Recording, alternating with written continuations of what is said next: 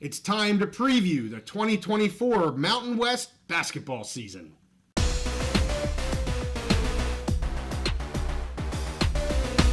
College basketball is back, and we're back on the big mountain to break it down for you. Hey, welcome back to the mountain. I am JY. This is my good friend Steve. And Steve, while we do all things college football, it is getting into men's basketball season, and we have to talk about the Mountain West basketball season. They had a phenomenal season last year, sending a record number of teams to the tournament.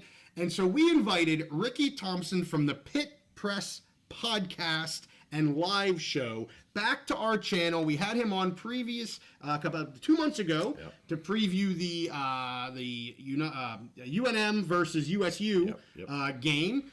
He is a Lobo fan, but we had him come on and talk about men's basketball. He knows basketball 1,000 times better than we do, and he was happy enough to join us again. When you're talking about Mountain West college basketball, Ricky is the best. So here we go, our discussion with Ricky Thompson.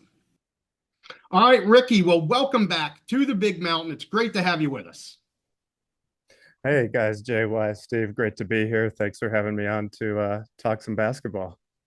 Well, the last time you were with us, you talked Lobos football, and let me just say it was a preview, and you knocked it out of the park. You hit a home run with what you thought was going to happen in that game, and I know you cover a lot of men's basketball for the Mountain West, and so we had to have you back. We're getting into the heart, or getting close into the heart of the Mountain West conference schedule, so we want to talk 2024 Mountain West men's basketball, and tell us what you got here. I mean, I'm excited again. We have another strong conference of teams. I know here recently maybe we've slipped a little bit, but it's a long season. So how are we feeling here this year, Ricky?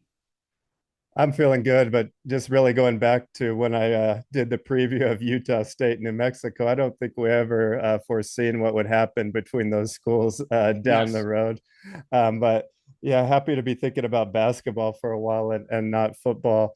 How did we get here in the Mountain West, this 20-game schedule that may now look like a mistake? The goal for the Mountain West this year is winning the games in March for whatever the teams that get to the conference. And as we know, last year was a historical year, getting 6 teams there after the previous year getting 4, and the years before that only getting 2 for maybe 3 or 4 years in a row. Looking forward, we thought these 20 games was going to strengthen the schedule, but looking back at the committee last year, what we learned is we needed to strengthen our not out of conference schedule and those wins. Well, it was looking good until Saturday when Nevada went down to Loyola Marymount after losing earlier in the week to Washington State. Boise State also went down, and as we know, my Lobos lost to their in-state rivals, the Aggies. That being said, that now leaves Utah State and San Diego State as currently probably the only teams that have an at-large bid resume in the conference right now, and the others are kind of looking up at them.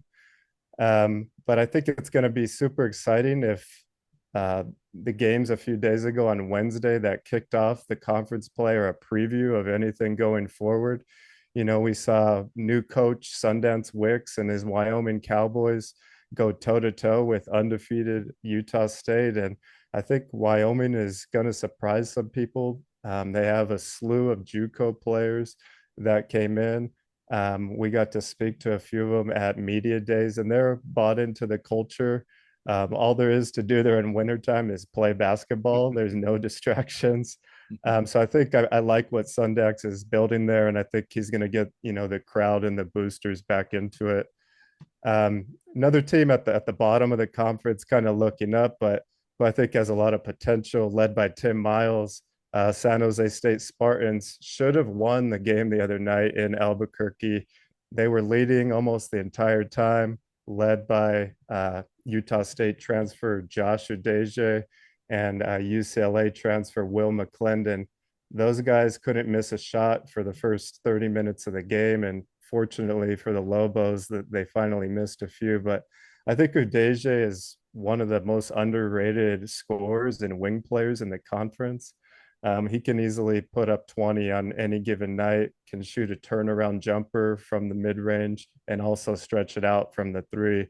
And his teammate, Will McClendon, when he gets downhill, good luck. And he's also developing his 3-point shot, hit 4 against the Lobos the other night. As for the Lobos, I guess I'll just lead into them.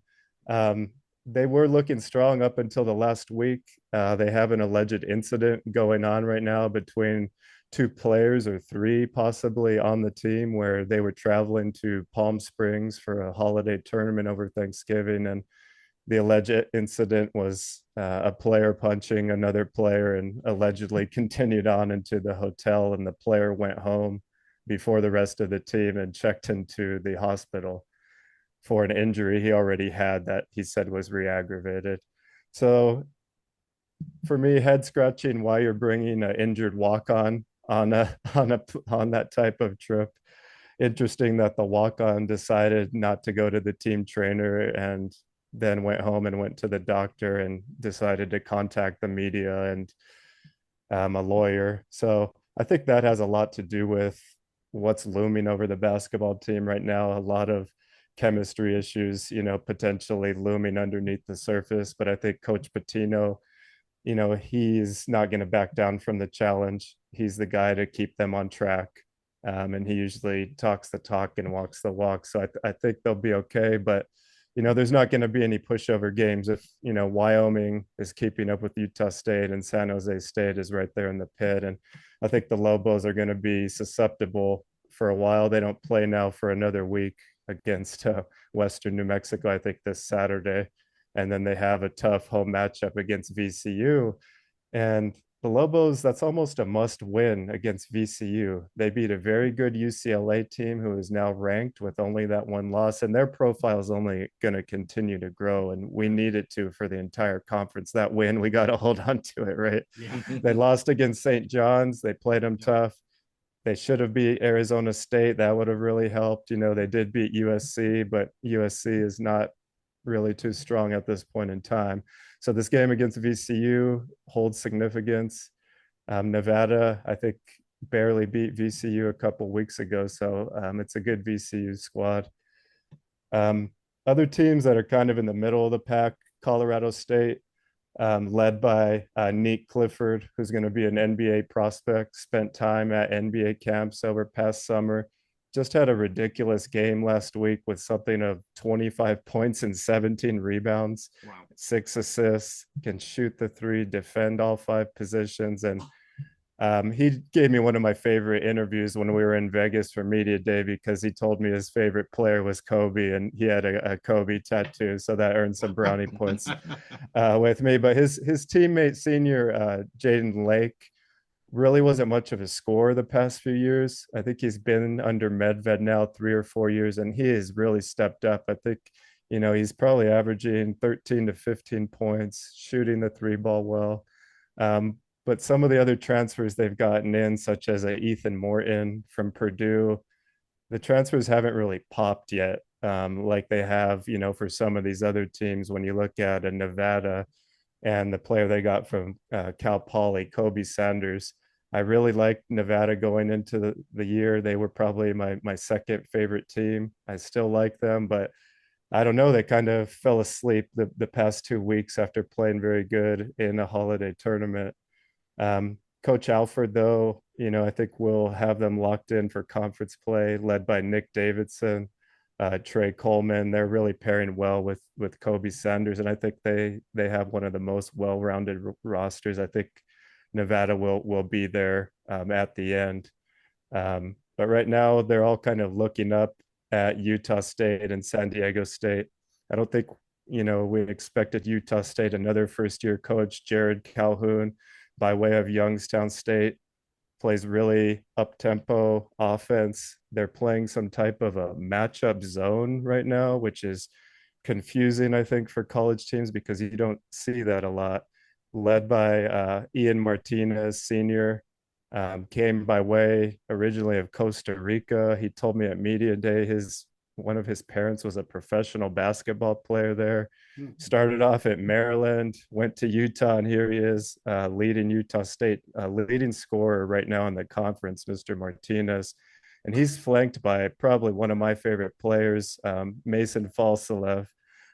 He reminds me of like a little Manu Ginobili. He has all the Euro step footwork. Last week he went off for 25 points in 2 straight games. I believe he just was named Conference Player of the Week today. He is a weapon, and pairing him up with Martinez gives them two of the most dangerous wings. And where they're really kind of lacking, if they are lacking anywhere, is at the point guard position. They got to transfer Drake Allen from Utah Valley, who's a tall and good playmaker, but he hasn't been really playing up to, I think, what they expected him to be. And the season's far from over. I think he has the potential. So I think they have the size right now and the guard play to hang with anyone. And at the top, San Diego State, everyone had them at 4 or 5 in the polls, before this season. And I wasn't so quick to do that because they have the best talent and they have the best coach. When you have that, it's usually a matter of time, and it's time to give Dutcher some respect on the national level. I don't think he's garnered that yet for some reason. He's probably one of the top recruiters, if not the best recruiter in the country. Let's not forget he recruited the Fab Five at Michigan. And I kind of jokingly asked him behind the scenes, if he could have afforded the Fab Five in today's NIL world. He said that would have been a steep bill. But when I look at San Diego State, I'm in awe right now. Beating Houston a couple weeks, or was it just last week? I can't remember. They did lose to a Creighton team, but I see them really developing. Freshman player Magoon Guath went off last week, 25 points, 10 rebounds, and they credited him with 2 extra blocks today for some reason. So 4 blocks. I don't think a freshman player has done that in some time. So he's really had his breakout game. He is another big man with Pharaoh Compton, who just won Freshman of the Week. He's more of a traditional big man where Guath can stretch the floor and shoot from 3, as well as play really anywhere on the court. BJ Davis, a transfer, has really been a nice scorer for them thus far. And I'm forgetting the transfer from FAU. It'll come to me in a second here. But their guard play and post play is really coming together. And, they're still missing one of their top players in Reese Waters, who had an injury just before the season started. So I think, the longer these guys have to come together, the better. And they're kind of panning out the way I expected. Nick Boyd is the transfer from FAU, who played with them in the Final Four, I believe, and he's really finding his footing after having an injury where he wasn't able to really practice or play leading up to the season. So those two are really at the top for me. I think you could really rank, I haven't talked about Boise yet, but I would include Boise, UNM, and Nevada really in a clump at 3. It may be a step beneath those other 2, and then there's probably a gap between those 3 and at Colorado State and UNLV. UNLV still trying to kind of find their chemistry. They've been up and down. Have a good junior college transfer, Bear Cherry, who's been an animal, paired with, I think, who's probably the second best point guard in the league, and that being DJ Thomas, who I really love at point guard there at UNLV. Everyone going into the season was very high on Degenhardt and Boise going in, especially after getting the transfer Cardenas over from San Jose State. And I love that as well, because I think they were lacking a true playmaker at that position. They lost Max Rice, and they also were just needing someone that distributed the ball more evenly. He's worked out great, paired up with Degenhardt. Andrew Meadow, sophomore, has been shooting pretty well. But I think overall their 3-point shooting to me was a question coming in, and it still is. If you watched what they did in their loss most recently on the weekend versus Washington State, they really couldn't throw the ball. in the ocean in the first half, and they finally made a run down the stretch. But what are some of your guys' biggest questions here as we kick off the season? Well, the first thing I'll just say, you mentioned some of that first weekend in conference games, and I was kind of flipping back between the Wyoming game where they were trying to stay with Utah State. We're staying with Utah State, giving them a run, and then also the San Jose State game. And again, just a very close game. I'm like, wow, if this is what the in-conference games are going to be like, we are in for a heck of a season in the Mountain West. So I just wanted to point that out. I was, we're big college football guys. That's mainly what we watch. But I'm like, ooh, this is a great weekend. Lots of good games on. Thank you, Mountain West app network that you can just toggle back and forth. It's phenomenal. So shout out to the Mountain West network. But I do have a question. My other question, really, that's just a comment. My question really was is Utah State. So with some of the changeovers and things, I'm like, oh geez, what are they going to look like here coming into 2024? Are they surprising you at all? Or is this what you maybe expected? Could you maybe talk just a little bit more about Utah State? Because after last season, I'm going, oh my goodness, they're going to be in for a hard time, but they're right back up there again. Right. As we know, they lost Brown, their point guard, to the NBA. I believe he's on a roster now. And then Great Osabar followed his coach to Washington. And we're all wondering if the rest of the team is going to hang around. And lo and behold, 2-3 of their best players in Falsalev, Martinez, Isaac Johnson, those were huge pieces to keep. They did lose Udeje, to San Jose State, who he was a leader on that Utah State team last year. And, he wanted to get more of a role. He went to San Jose. So I'm thinking, the Aggies, they kept a lot of their core players. We talked to Coach Calhoun. He was very gracious to us with his time and really explained, his view on the season. And when we heard Drake Allen and Martinez talking about how coach had impacted them in a short time, I was definitely starting to hop on board and thinking, I don't know if they're going to have the same showing they did last year. Obviously, I don't think that's, realistic, but I don't think, being a top 2 or 3 team was out of my, realm of possibility. I don't know if I would have, thought they would have been undefeated. They had a win against Big Ten. Sorry, guys, Iowa. And they're looking really good right now. I think they're only going to continue to evolve, but I don't think we would have expected them to not have a loss at this point in time. They're getting top 25 votes this week. I think they got 53 or 50 some odd votes. They'll probably be in sooner than later if they keep this going. San Diego State is the only team in the top 25 coming in at, I think, 24 or 23. So, we do have wins in the conference over a Clemson, a UCLA, Iowa, USC, Washington, OK State, good wins against Creighton, VCU, and now Houston. So coming down the stretch, it's which of these final games can a CSU, can they beat VCU at VCU? That would be huge. Yeah. St. Mary's comes to Boise in a few days here. UNLV goes to Dayton. That would be a huge win. And then I mentioned VCU comes back to Albuquerque in the pit.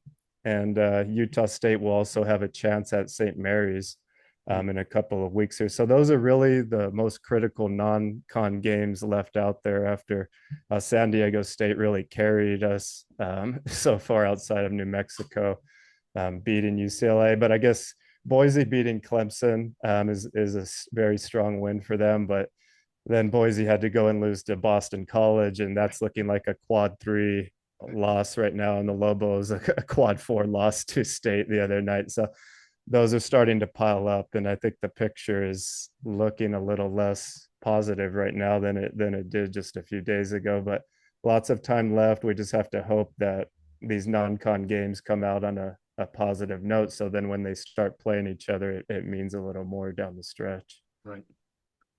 Yeah, so we talked about Utah State being kind of a positive surprise there, and we talked a lot about the out of conference schedule and need to rack up some wins there. As we get closer to the holidays and we flip the calendar over to 2025, like you mentioned, we'll be going into playing each other, and now the 20 game season. So, what are the storylines you're looking at, as you get into the conference schedule? What are some of the just kind of big games coming up, big storylines? What are you hoping to see as you move into the conference schedule after we get these out of conference games out of the way and hopefully rack up a few more wins? Yeah, so I'll start with New Mexico specifically. I really would like to see them beat Boise State in the regular season. They lost twice to them last year, and Max Rice just really put on a show in the pit. Everyone wants to remember the Lobos making the tournament and winning the conference tournament. We can't forget they finished sixth in the regular season standings, and I Yeah. believe that was alongside Nevada. So, I mean, they really got lucky. They wouldn't have made it into the tournament had they not went on that run in Las Vegas, which was Right. fantastic. But we know they wouldn't have been there. Right. Keeping that in mind, if you're the Lobos or any of these teams I mentioned that are under Utah State and San Diego State, you have to be thinking you have to win the regular season or possibly the conference tournament right now to get in. Mm. That's what the reality is for these other teams. Um, so just looking forward, every night is going to be a dogfight. Every arena has its own uniqueness to it. Utah State has the wildest fans, and then you come to San Jose State, 2 days later, and it's going to be hard to get your energy up because there's no one there. Mm. Or you travel up to Air Force and it's -2, and there's 25 people watching the game. It's all becomes a little bit mental at that point, and which teams are really hitting their stride right now. And I think we can see which ones those are going into conference play, where there's a lot of teams right now with question marks, I think, going in. So I think just really enjoying these final 2 years. I don't want to be depressing and I want to be positive, but we have to really understand that we're losing San Diego State and some of not just the teams, but the matchups that we've really enjoyed and the rivalries and the banter, that we get to go back and forth with between these fan bases. So I'm just looking to enjoy it, and really, uh, I'm looking for San Jose State or Wyoming to pull off a couple of surprise games. And I think UNLV possibly could hopefully kind of turn things. They just have a lot of talent, and I think they could possibly turn it in the right direction here. And teams kind of go in the wrong direction. I mentioned New Mexico too much, but Nevada has also been sliding. What can they do to kind of turn it around here? I think Coach Alford, Coach Noodles, the two old guys there at the Wolfpack know what to do. So um, just going to try to not stress out too much about the NCAA. Enjoy all these games we got here, because the thing about the Mountain West is it's late at night. Most of the other conference games are over, and every game is close. Every game is competitive, right? And the kids are usually asleep by then, so you can put the volume on, and that's what I enjoy about it most. Yeah, well, I want to, you kind of gave your tiers here a little bit of the Mountain West for this year. I want to maybe get to rankings and where you think things are going to be at for the tournament. Again, you kind of talked about that, but maybe try to pin you down. But before we get into that, I want to talk about you mentioned atmospheres. And a new atmosphere that's going to be brought to the Mountain West here in a couple years is that of Grand Canyon University. I've seen, the videos. I'm not close enough to visit Grand Canyon University, but that looks like a phenomenal atmosphere. I think it's a great ad for the Mountain West Conference in terms of, for everything. But here we're talking about men's basketball, so we'll stay focused on basketball. Do you have any initial thoughts on the addition of Grand Canyon here in a few years? Yeah, I think it's a good addition. They have a very strong fan base, obviously by the way their schooling is laid out, and everywhere they travel, they're going to have fans, not just at home games. And I've seen the way they've supported them and have played very well the past few years. So I definitely like it for the conference. I think it's a good replacement, and I think they have a good trajectory moving forward. And being regional and now having a team in Arizona, I think is huge for the conference. just being part of the Mountain West and having now some fans and a stronghold in Arizona footprint there will be great going forward. So I'm on board with that. Yeah, for sure.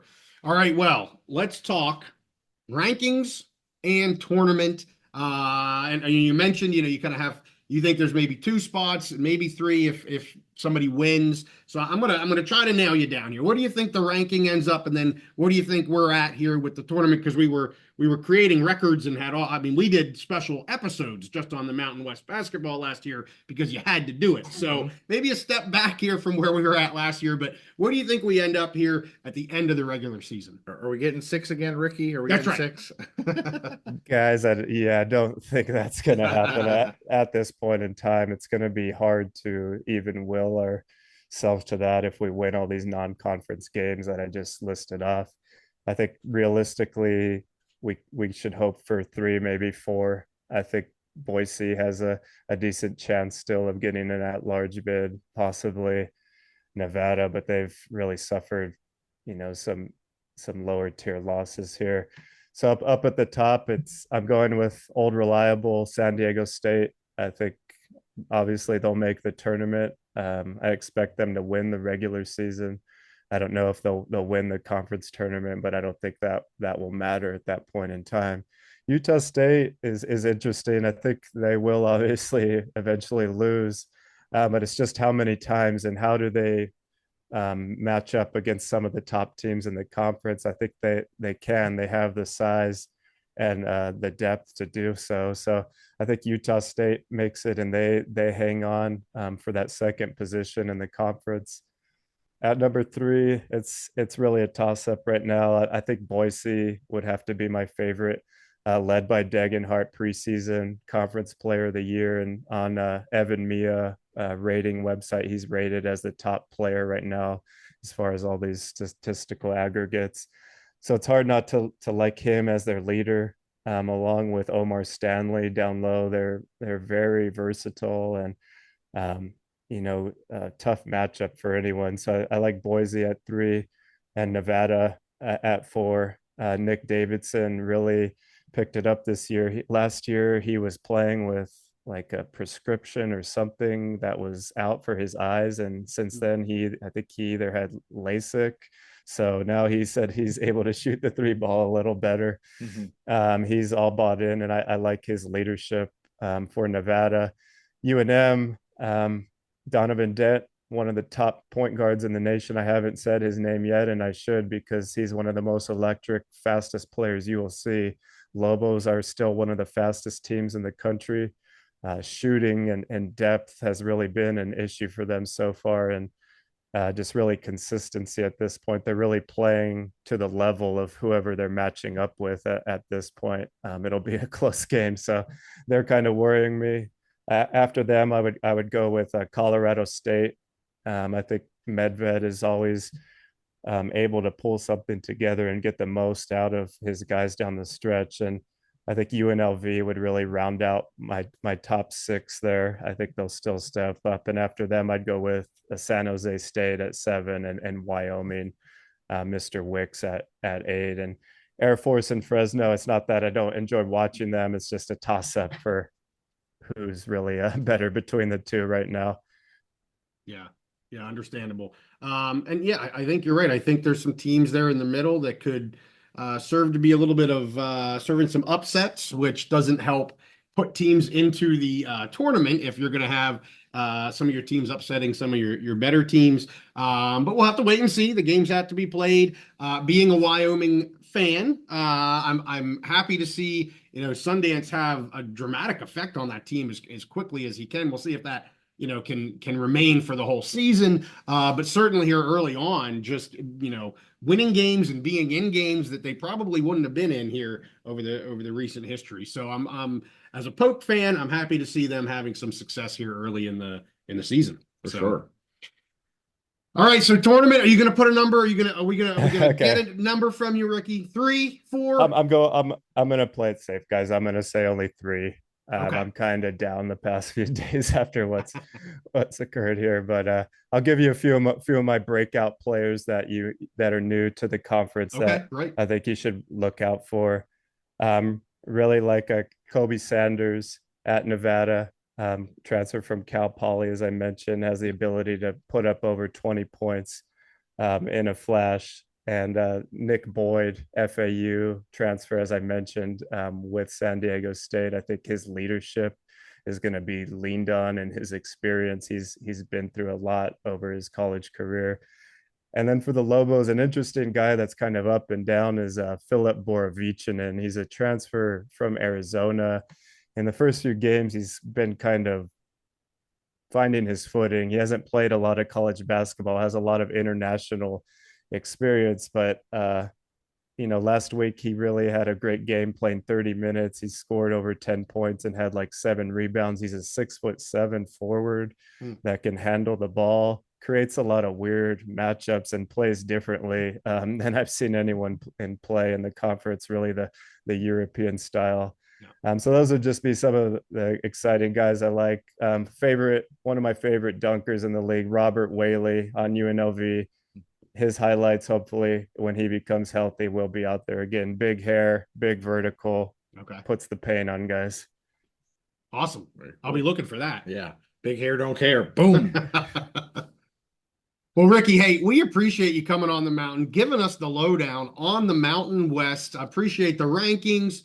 3 into the tourney. Ain't nothing wrong with that. We made history last year. You can't make history every daggone year because there's only so many teams. But hey, we thank you. Thank you so much for coming on the mountain again. I really appreciate you guys anytime. Hopefully down the road here, we'll chop it up again. And we look forward to having you guys over on our show here in the upcoming weeks. So thank you. Appreciate it. Yep. Thanks, Ricky. Thanks again to Ricky for joining us here on the Big Mountain to talk about the Mountain West basketball season. Just a few weeks out, and we will be getting into the Mountain West Conference games. I'm looking forward to it. I think it's going to be a great year. Yeah, maybe we don't send quite as many to the tournament this year. Still a great conference for men's basketball. Really looking forward to it here in the next couple of months. So with that, we thank you guys for watching. We'll keep on this basketball stuff. We'll do some updates this year, no doubt about it. But we're mainly a football channel. So make sure you give this one a like and subscribe if you like our content. We'll see you next time on the Big Mountain.